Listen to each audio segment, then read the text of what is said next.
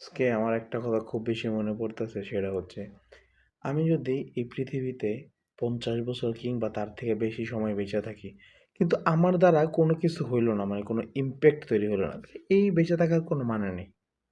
এই বেঁচে থাকার কোনো মানে নেই। আমি পৃথিবীতে একদিন বাঁচলাম, কিন্তু আমার এই বেঁচে থাকার একটা ইম্প্যাক্ট তৈরি হইলো, তাহলে ওইটাই আসলে আমার জন্য ইম্প্যাক্ট রয়ে গেল, বা এই বেঁচে থাকার একটা মানে আছে। ঠিক উসমান হাদি এই কথাটা বলছে। ইভেন সে যতদিনেই ছিল, জুলাইয়ের পর থেকে এই যে ডিসেম্বরের 12 তারিখ পর্যন্ত 2025, 1 বছরের উপরে সবাই এর মাধ্যমে ওকে চিনছে।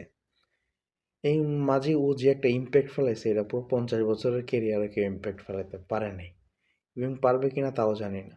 আল্লাহ ওকে বেহেশত নসিব করুক, এবং ওর যেই হত্যাকারীর বিচার হোক, এই কামনা করি।